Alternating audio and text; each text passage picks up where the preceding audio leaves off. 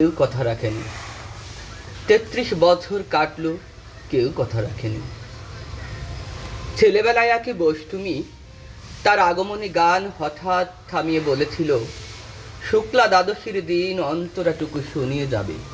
তারপর কত চন্দ্রভূ অমাবস্যা চলে গেল, সেই বসতুমি আর এলো না।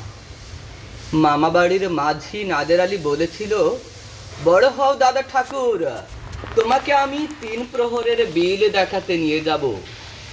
সেখানে পদ্মফুলের মাথায় সাপ আর ভ্রমর খেলা করে। নাদের আলী, আমি আর কত বড় হব? আমার মাথা এ ঘরের ছাদ ফুঁড়ে আকাশ স্পর্শ করলে তারপর তুমি আমায় ৩ প্রহরের বিল দেখাতে নিয়ে যাবে? একটাও রয়্যাল গুলি কিনতে পারিনি কখনো। লাঠি লজেন্স দেখিয়ে দেখিয়ে চুষেছে লস্কর বাড়ির ছেলেরা। ভিখেরির মতো চৌধুরীদের গেটে দাঁড়িয়ে দেখেছি ভিতরে রাস উৎসব। অবিরল রঙের ধারার মধ্যে সুবর্ণ কঙ্কন পরা ফর্সা রমণীরা ভেতরে কত রকম আমোদে হেসেছে। আমার দিকে তারা ফিরেও তাকায়নি।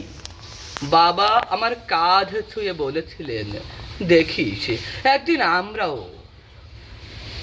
বাবা এখন অন্ধ, আমাদের দেখা হয়নি কিছুই। সেই রয়্যাল গুলি, লাঠি লজেন্স, রাস উৎসব আমায় কেউ ফিরিয়ে দিবে না। বুকের মধ্যে সুগন্ধি রুমাল রেখে বরুণা বলেছিল, যেদিন আমায় সত্যিকারের ভালোবাসবে সেদিন আমার বুকেও ওরকম আতরের গন্ধ হবে।